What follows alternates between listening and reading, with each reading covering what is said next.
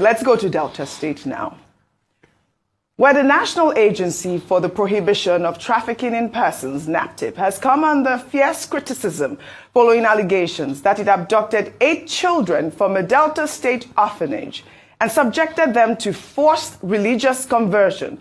In Kano State, the children were reportedly taken from an orphanage in Asaba on June 15th and moved to the government-run Nasarawa Children's Home in Kano City. Alleged parents of the affected children have appeared in viral videos demanding DNA verification to establish the true identities of their sons and daughters. Okay, those children, are they your children? Yes, sir. How are they your children? Speak aloud. Let me burn them.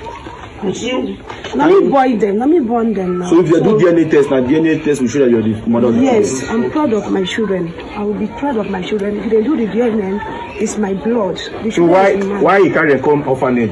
Because my husband left. My husband died in January 7th. I have no hair. My mother is not. Last year, this year make it 1 year. My mother is not alive. My father is not alive. I'm the only daughter of my parents, and I have no help.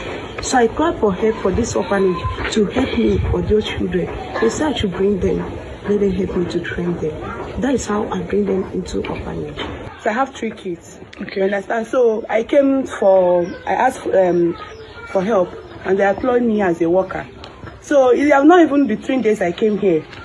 And when on Sunday they came here, one of they said that they are government official. They came here and took 8 children. Even my son is among the 8 children. How old is your son? My son is 5 years. What is the name of your son? Chidaloeme Samuel. All right, these are the parents who say that they are willing to subject themselves to DNA testing. Activist Sarah Ibrahim, who raised the alarm on social media, condemned the development as a violation of trust and a deliberate Islamization attempt. According to Ibrahim, one of the children managed to contact the outside world, revealing they had been taken to Kano, where their names were changed and they were being flogged and forced into Islamic practices. The contact also revealed a photo of one of the girls wearing a hijab. In the meantime, the National Agency for the Prohibition of Trafficking in Persons, in response, said that it rescued 8 children suspected of being stolen from northern states and trafficked to a private orphanage in Delta State following years of complaints from distraught parents. The joint operation conducted with the Department of State Services, the Nigerian Police, and Kano State Ministry of Women Affairs targeted a popular orphanage in Asaba operated by a senior executive of the Association of Orphanage Operators in Nigeria. NAPTIP spokesperson revealed that over 70 children, including 15 newborn babies, were discovered at the facility. NAPTIP said the rescued children were identified through their pictures and other features by the representative of the concerned parents from Kano State. NAPTIP Director General Binta Adamu Bello said some orphanages have, become havens for trafficked children. She said that the agency had initially planned simultaneous operations in Anambra and Delta states, but the Oka operation failed when the syndicate moved children overnight. The agency accused the orphanage operator of evading investigation and spreading falsehoods on social media instead of cooperating with authorities, emphasizing its commitment to protecting vulnerable children and ensuring justice in trafficking cases. And there are a lot of questions that Sarah Ibrahim posed, and I'll read the questions she posed on X. She wrote, if the orphanage was truly a trafficking center, why did NAPTIP take only the grown 7 boys and the only 17-year-old girl and left behind babies, disabled, and toddlers, not even arrest the owners or shut the place down? 2, NAPTIP took these children from Delta to Kano since June 15. So why wait until September 16 after the matter became public to issue a statement? 3, since when did NAPTIP's job to Islamize victims, changing their names, forcing them to study Quran, wear hijabs, and learn about Islamic husbands?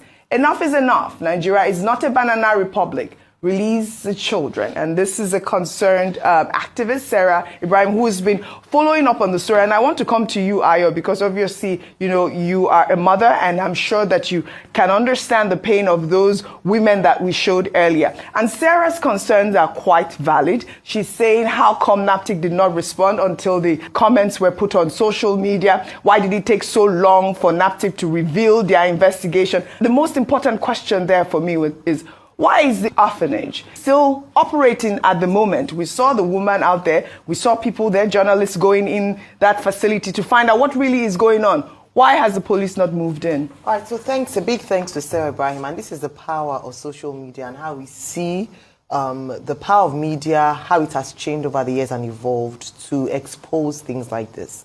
Like you rightly said, a number of times we have government agencies who do not act except they've been named and shamed very publicly, and then they begin to move. It's very, very concerning to see that, you know, the claims around the children being moved in a rescue mission, and then the efforts being made to then, she used the word Islamize, but introduce them to a new religion, have them conditioned or socialized in a new environment without investigating to find out who their parents are and to reconnect or reconcile them with their parents.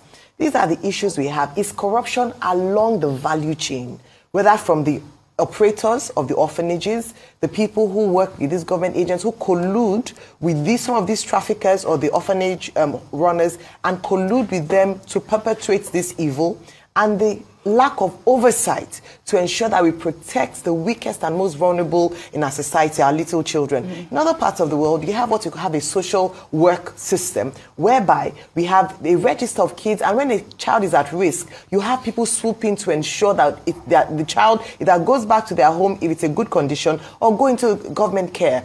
It's very sad to see this happen, and I'm hoping that NAPTIP will come to, because we had a recent incident where they then came out and started to explain themselves. We need an overhaul. No one is left behind when it comes to corruption and an inadequate and inefficient agency when we have situations like this. Well, I reached out to NAPTIP, and and they've responded. The director says that the operation that was carried out at the orphanage was primarily to rescue the children whose parents, had petitioned NAPTIP, and those children were traced to the center.